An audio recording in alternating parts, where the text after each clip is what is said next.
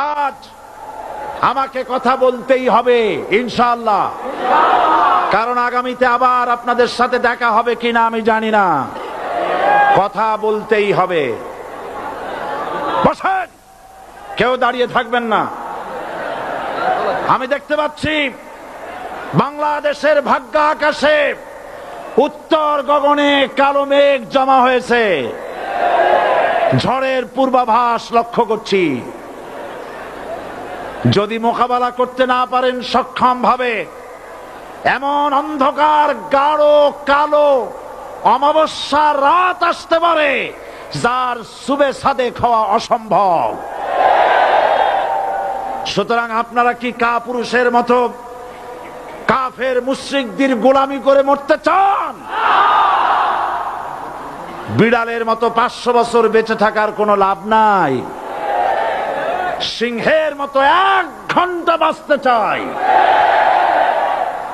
আমাদেরকে বলা হয় সাম্প্রদায়িক উস্কানিমূলক কথা নাকি আমি বলি। পত্রপত্রিকা দিছে না তারা? সাম্প্রদায়িক উস্কানি কথা, সাম্প্রদায়িক উস্কানিমূলক কথা বলি। সেই জন্যই বোধহয় শত শত মুসলিম আমাদের কাছে এসে মুসলমান হয়। মানুষে আর বোকা বানানো যাবে না। যাবে কি? আর বোকা বানানো যাবে? তারপর বলছে কি? এরপরে বলছে, আমাকে বলছে রাজাকার। শুনে রাখো চট্টগ্রামের লক্ষ লক্ষ জনতা, পার্লামেন্টে যখন আমাকে এই কথা বলা হয়েছিল, আমার পার্লামেন্টের কলিগ জাফরুল্লাহ চৌধুরী সাহেব বসে আছেন এখানে। হ্যাঁ, জাফরুল ইসলাম চৌধুরী বসে আছেন পাশে।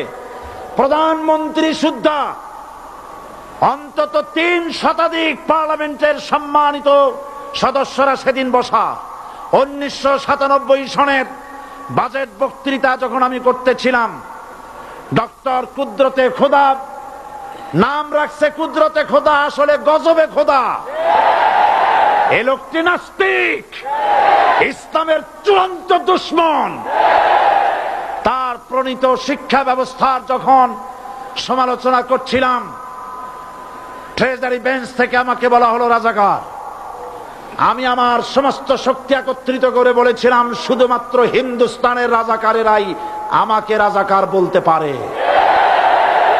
আমি বলেছিলাম 1973 সন পর্যন্ত আমি বাংলাদেশের কোন রাজনৈতিক দলের নেতা এবং কর্মী ছিলাম না। আমি রাজাকার নই। আমাকে রাজাকার বলে যদি তাকেও প্রমাণ করতে না পারে, 10 কোটি টাকার মানহানি মামলা দায়ের করব। আমার এই বক্তব্য সারা দুনিয়া শুনেছে। পার্লামেন্টে আমার এই বক্তব্য রেকর্ড হয়ে আছে। সেদিন 3 শতাধিক পার্লামেন্ট মেম্বারের কেউ আমার চ্যালেঞ্জ গ্রহণ করেন নাই। যে কোনো ব্যক্তি পার্লামেন্টে গিয়ে আমার বক্তৃতা দেখে আসতে পারেন।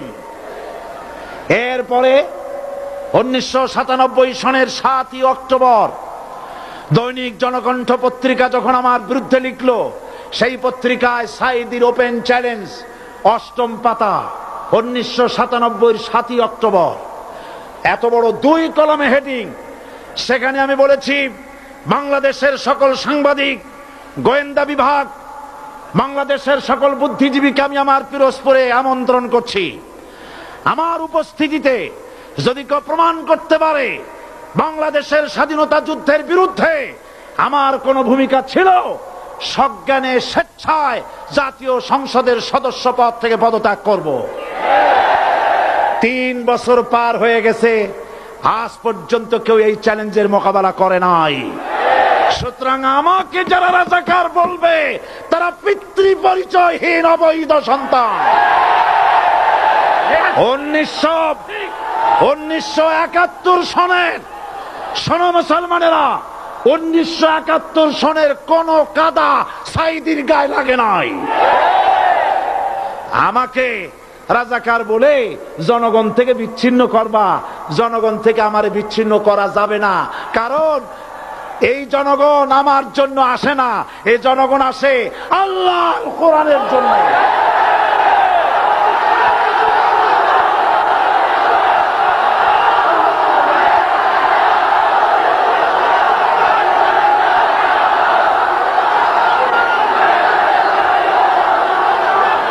আজকে আর যারা ইসলামের কথা বলে তারাই রাজাকার, তারাই মৌলবাদী। মৌলবাদী বললে আমরা অসন্তুষ্ট হই না, কারণ মৌলবাদী শব্দটা আসছে মূল থেকে। মৌল শব্দ এসেছে মূল থেকে। মূলবাদী তার মানে যারা মূলে আছে। মূল হলো কোরআন, মূল হলো হাদিস, মূল হলেন আল্লাহ, মূল হলেন আল্লাহ রসুল। আমরা আছি মূলে। এখন বলেন তো মূলের শক্তি বেশি না আগার শক্তি বেশি? আমাদের যারা মৌলবাদী বলে ওরা হলো আগাবাদী। মূলে আছে কত কোটি? 12 কোটি। মূলে আছে কত কোটি? আর আমাদের যারা মৌলবাদী বলে ওই থাকো গাছের আগায়, আমরা মূলে। লাভালাভি বেশি করবা না, 12 কোটিতে গাছের গোড়া আসতে নানা দেবে, মামু বাড়ি দিল্লি গিয়ে পড়বা, বাংলার জমিনে জায়গা হবে না। এ কথা বিশ্বাস করো। বাংলাদেশের মুসলমানদের শরীরে এক বিন্দু রক্ত থাকতে শয়তানের তৈরি করা ধর্ম নিরপেক্ষ মতবাদ বাংলার জমিনে কায়েম হতে দেওয়া হবে না, হবে না।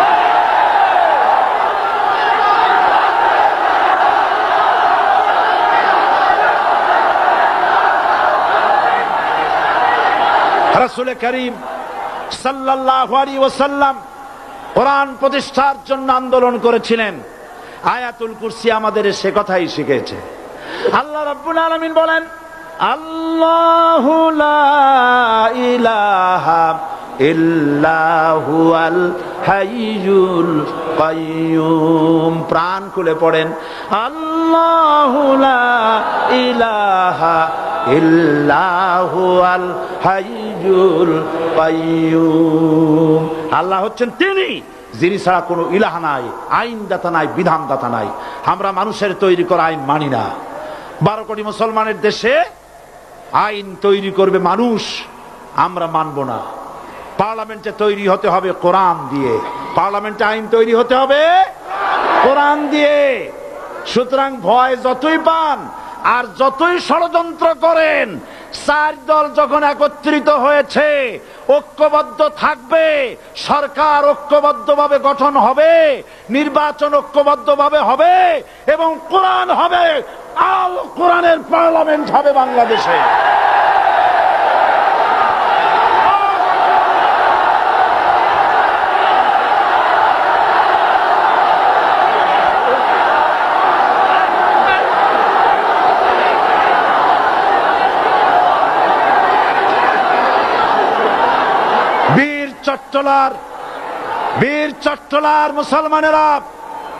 বীর চট্টলার মুসলমানেরা স্বাধীনতার ঘোষণা, এই চট্টগ্রাম থেকে স্বাধীনতার মহান ঘোষক প্রেসিডেন্ট জিয়াউর রহমান সাহেব দিয়েছিলেন।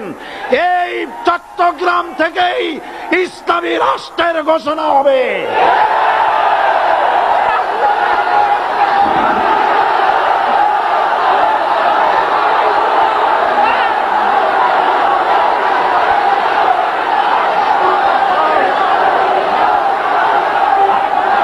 আশাবাদী আপনারা অবশ্যই তা পারবেন। আমি 100% বিশ্বাস করি ইনশাআল্লাহ। কারণ যে ষড়যন্ত্রের মোকাবেলা করে স্থানীয় রাজনৈতিক দলের নেতৃবৃন্দ কোরআনের মাহফিল সিনায় এনেছেন, আমি প্রথম দিনই বলেছি চট্টগ্রাম তাফসিরুল কোরআন মাহফিল কোন রাজনৈতিক দলের প্রতিনিধিত্ব করে না। এটা কোন জামাত শিবিরের একক সম্পদ নয়, এটা চট্টগ্রামের মুসলমানদের কলিজার টুকরা তাফসিরের মাহফিল।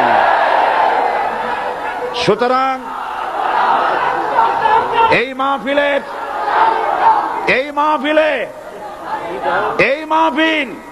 চট্টগ্রামে থাকবে ইনশাআল্লাহ কিয়ামত পর্যন্ত। 144 ধারা 288 হয়ে গেছে, ষড়যন্ত্র পায় পায় চলে গেছে। আমি ওই সব ছেলেদের বলি, সরকারি দলের ছাত্র হইয়া মুসলমানদের বিপক্ষে